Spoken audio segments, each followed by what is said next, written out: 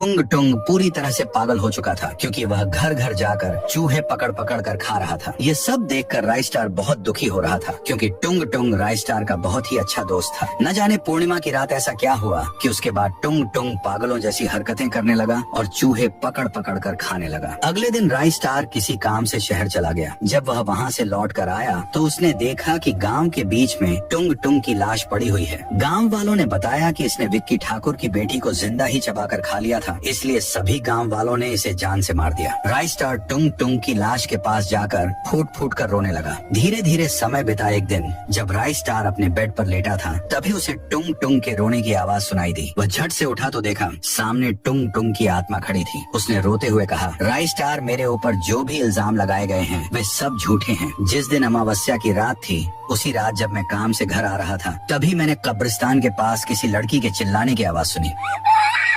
मैं वहाँ देखने चला गया। मैंने देखा कि एक लड़की को पेड़ से बांधकर उसी पर एक तांत्रिक मंत्रों का जाप कर रहा था। लड़की को बहुत तकलीफ हो रही थी। मैं तांत्रिक के पास गया और गुस्से में कहा, ये सब क्या कर रहे हो? तांत्रिक ने कहा, मैं इसकी बलि देने जा रहा हूँ। मैंने गुस्से में कहा, मैं तुझे ये नहीं करने दूंगा। तब उसने कहा, अरे पागल, तू मुझे रोकेगा? इसके बाद उसने मेरे ऊपर काला जादू कर दिया। उसके बाद मेरा दिमाग काम नहीं कर रहा था और मैं चूहे खाने लगा। जिस दिन तू शहर गया था उसी दिन वह तांत्रिक विक्की ठाकुर की छोटी सी बेटी को उठाकर ले गया और उसकी भी बलि दे दी। उसने गांव वालों से यह कह दिया कि टुंग टुंग ने उस लड़की को खा लिया है। सभी गांव वालों को भी यही लगा कि मैंने ही उसे खा लिया है और फिर गांव वालों ने मुझे जान से मार दिया। कल अमावस्या की रात है। कल वह तांत्रिक कब्रिस्तान में एक और बलि देने वाला है। अगर उसने कल की पूजा पूरी कर ली तो वह बहुत ही शक्तिशाली हो जाएगा और फिर उसे कोई भी नहीं रोक पाएगा। इतना कहकर टुंग टुंग की आत्मा हवा में गायब हो जाती है। ये सुनकर राय स्टार का खून खौल उठता है और वह उसी रात निकल पड़ता है